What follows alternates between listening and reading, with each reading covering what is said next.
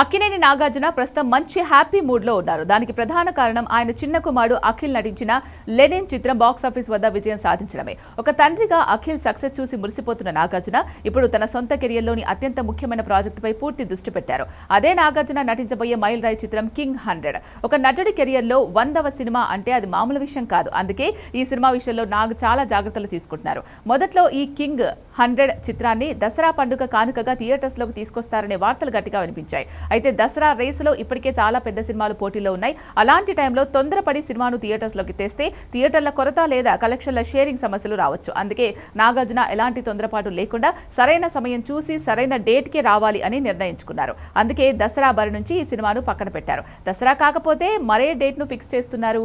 ప్రచారంలో ఉన్న వివరాల ప్రకారం చిత్ర బృందం 2 ప్రత్యామ్నాయ మార్గాలు ఆలోచిస్తోంది.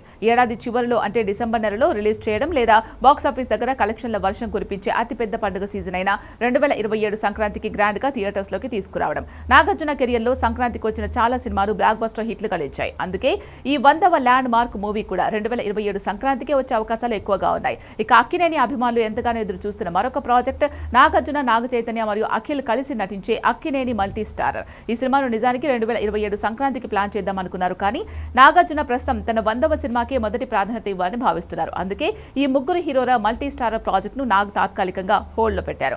కింగ్ 100 పూర్తయిన తర్వాతే ఈ భారీ మల్టీ స్టారర్ పట్టాలెక్కనుంది. ఇప్పటి వరకు ఈ కింగ్ 100 సినిమాకు సంబంధించి ఎలాంటి అధికారిక పోస్టర్, ఫస్ట్ లుక్ లేదా గ్లిమ్స్ బయటకు రాలేదు. దీంతో ఫ్యాన్స్ కాస్త నిరాశలో ఉన్నప్పటికీ అతి త్వరలోనే వాళ్లకు ఒక బిగ్ సర్ప్రైజ్ లభించబోతోంది. వచ్చే ఆగస్టు నెలలో నాగార్జున పుట్టినరోజు రానుంది. ఈ పుట్టినరోజు సందర్భంగా ఈ సెన్సేషనల్ 100వ సినిమాకు సంబంధించి అధికారిక ప్రకటనతో పాటు ఒక స్పెషల్ గ్లిమ్స్ ను కూడా విడుదల చేయడానికి సన్నాహాలు చేస్తున్నారు. సరికొత్త కథలు, ప్రయోగాలకు ఎప్పుడూ ముందుండే నాగార్జున తన 100వ సినిమాతో టాలీవుడ్ బాక్సాఫీస్ వద్ద ఎలాంటి మ్యాజిక్ క్రియేట్ చేస్తారో చూడాలి.